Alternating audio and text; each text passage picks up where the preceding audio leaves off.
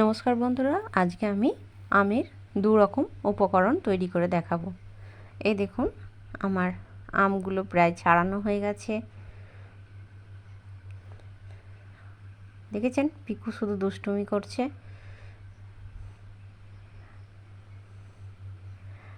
আমগুলোকে আমি লম্বা লম্বা কেটে নিয়েছি, আর একটা আম আমি এইভাবে চৌকো চৌকো করে কেটে নিয়েছি। এই আমটাকে আমি প্রথমে সেদ্ধ করে নেব। এ দেখুন, আমার সেদ্ধ হয়ে গেছে।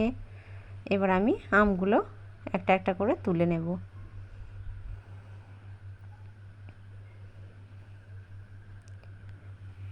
দেখেছেন, আমার কালারটাও চেঞ্জ হয়ে গেছে। এই যে খুব গরম যেহেতু, সেহেতু আমি খুন্তি করি এগুলোকে গেলে নিচ্ছি।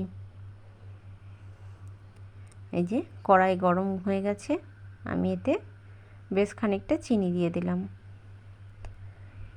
এবার সামান্য পরিমাণ জল দিয়ে দেব। আমার আর একটু জল লাগবে মনে হচ্ছে। দিয়ে আমি এটাকে চিনির শিরা তৈরি করে নেব। এটা তৈরি হবে কাঁচা আমের জেলি। এই দেখুন, আমি কাঠখোলায় ভেজে রেখেছি শুকনো লঙ্কা। এটাকে একটু নুন দিয়ে আমি চটকে নেব।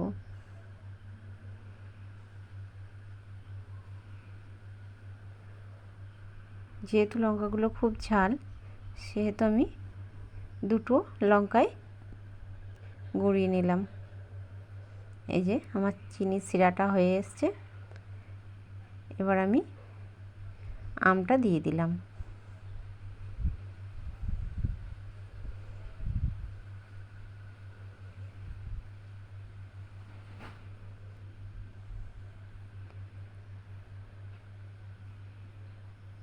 এই আমটা এই শিরাতে পড়ার সঙ্গে সঙ্গে দেখুন আমের কালারটা চেঞ্জ হয়ে যাবে।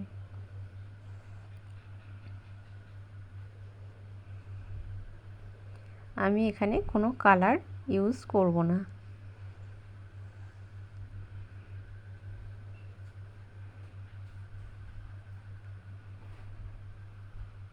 দেখেছেন, এটার কালারটা চেঞ্জ হয়ে গেছে। এবার আমি লঙ্কা আর নুনটা দিয়ে দিলাম।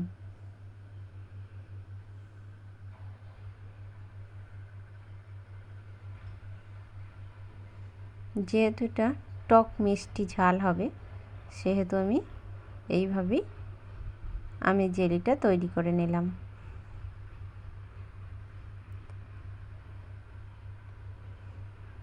আর একটু সামান্য পরিমাণ নুন দিয়ে দিলাম।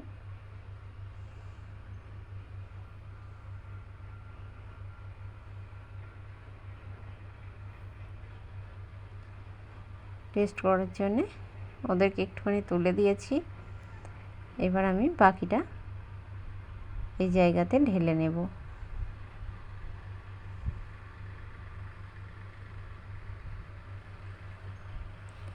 এই যে কড়াইয়ে তেল বসিয়ে দিয়েছি, দিয়ে দিলাম 5 ফোড়ন,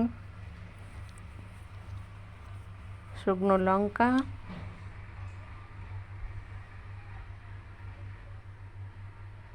এবার আমি আম কটাকে দিয়ে ভালো করে কষিয়ে নেব।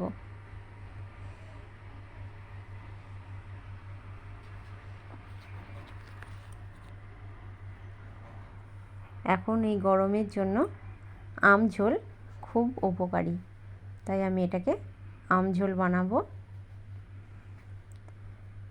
এই আম ঝোল যদি খাওয়া হয়, শরীরের রোদের তাপমাত্রা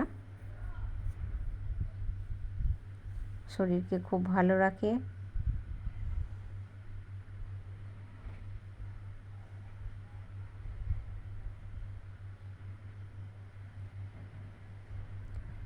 আমার আম ঝোল হয়ে গেছে, আমি এটাকে ঢেলে নেব।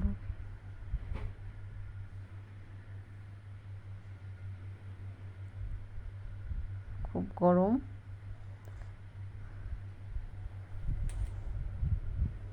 এই যে, নমস্কার বন্ধুরা।